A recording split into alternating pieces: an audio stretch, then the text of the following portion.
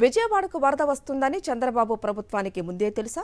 35,000 క్యూసెక్కుల ప్రవాహం రావడంతో బుడమేరు ఉగ్రరూపం దాల్చడం, అది ఉప్పొంగి బెజవాడ మురుగుతుందని తెలిసినా రాష్ట్ర ప్రభుత్వం సీరియస్గా తీసుకోలేదా?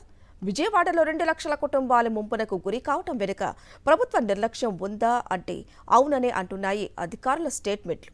మొన్న వెలగలేరు డీఈ, ఇప్పుడు స్పెషల్ చీఫ్ సెక్రటరీ చెప్పిన మాటలే అందుకు సాక్ష్యంగా నిలుస్తున్నాయి. విజయవాడలో వరద విలయానికి సంబంధించి మరో కఠోర వాస్తవం బయటపడింది. వరద వస్తుందని తెలిసి కూడా విజయవాడ ప్రజల్ని ప్రభుత్వం నిండా ముంచిందనడానికి అధికారులు ఇస్తున్న వరుస స్టేట్మెంట్లే సాక్ష్యాలుగా నిలుస్తున్నాయి. బుడమేరు వరదపై special chief secretary RP Sisodia కఠోర నిజాన్ని బయటపెట్టారు. 35,000 క్యూసెక్కుల వరద వస్తుందని ముందుగా తెలుసన్నారు. వరద వస్తుందని తెలిసినా ప్రజలను తరలించలేదని కుండ బద్దలు కొట్టేశారు. వరద వస్తుందని ప్రజలకు చెబితే మాకు తెలుసులే అంటారు అని ఆయన వ్యాఖ్యానించారు. ఒకవేళ చెప్పినా నగరంలోని వరద ప్రభావిత ప్రాంతాల నుంచి 2 లక్షల మందిని సురక్షిత ప్రాంతాలకు తరలించడం అసాధ్యమవుతుందన్నారు సిసోడియా.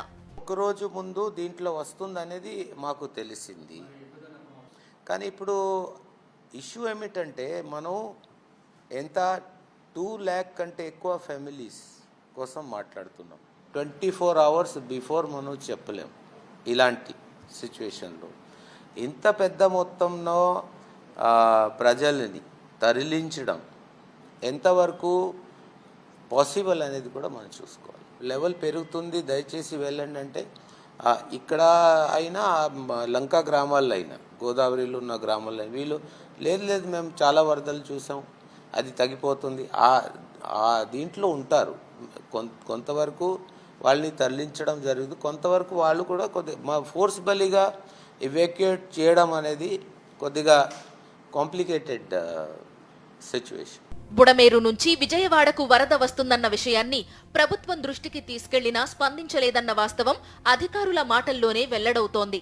ఇప్పటికే వెలగలేరు డీఈ మాధవ్ నాయక్ కూడా ఇదే విషయాన్ని వెల్లడించారు. ఫ్లడ్ వస్తుందని తమకు ముందే తెలుసని ఆయన తేల్చి చెప్పేశారు.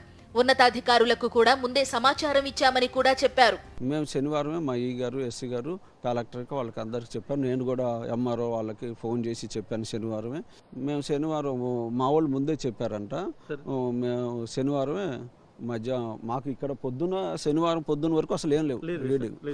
మధ్యాహ్నానికి వాళ్ళకి ఇంటిమేషన్ చేసాం, మేము సాయంత్రం ఆపరేట్ చేస్తాం అండ్ ఎలక్ట్ చేయండి అని. నేను కూడా డైరెక్ట్గా ఎంఆర్ఓలకి అందరు ఫోన్ చేసి చెప్పాను. ఓపెన్ చేయాల్సి వస్తుందని ముందే చెప్పాం.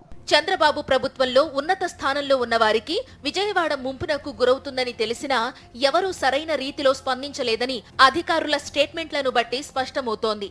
బుడమేరు ఉప్పొంగితే పరిస్థితి ఏమిటని ఉన్నత స్థాయిలో సమీక్ష చేసుంటే విజయవాడ విలయ విషాదంగా మారేది కాదనే వాదన బలంగా వినిపిస్తోంది.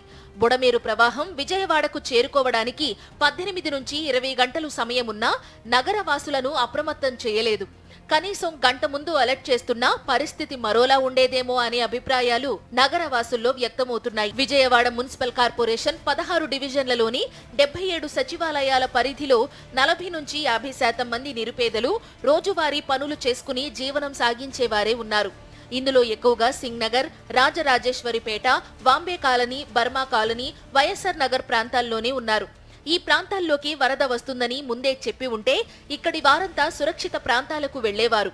అయితే బుడమేరు ముంచేస్తుందని ముందే తెలిసినా ప్రభుత్వం వారిని అప్రమత్తం చేసిన పాపాన పోలేదు.